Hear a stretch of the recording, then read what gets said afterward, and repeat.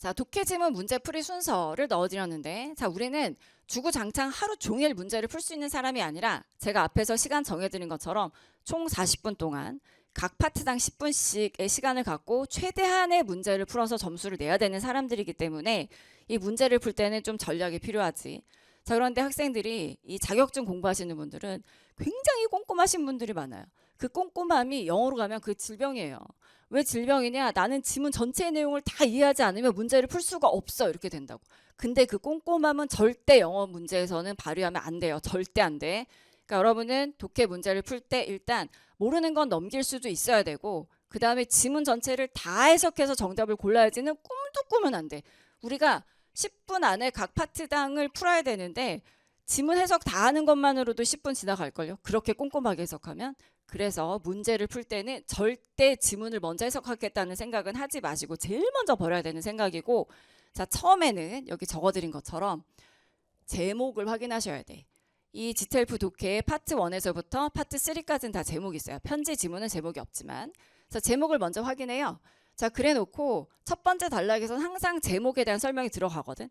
이 제목이 주제인데 주제에 대한 내용을 알지 못하고 문제로 들어갈 수는 없으니까 첫 번째 단락에서 제목에 대한 부연 설명된 곳을 찾아서 일단 읽어요. 그리고 나서 쭉 읽지 말고 그 다음에는 얼른 문제로 가는 거예요. 질문으로.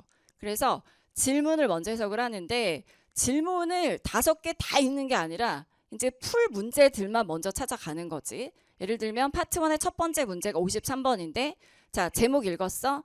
지문에서 첫 번째 단락에서 이 제목의 사람이 누군지 일단 대략의 정보를 알았어? 그럼 53번 문제로 얼른 가는 거야.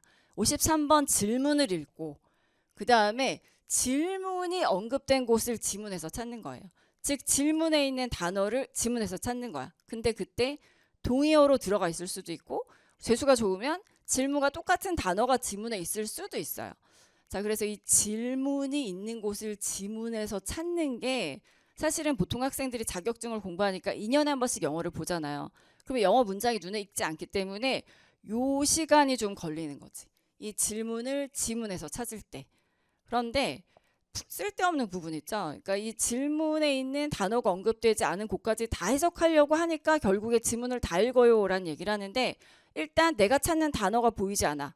그러면 거기 막 버리고 가요. 막 버리고 가서 결국에 내가 찾는 단어가 나온단 말이야. 그러면 그 단어가 속해 있는 문장만 정확하게 해석하시면 돼.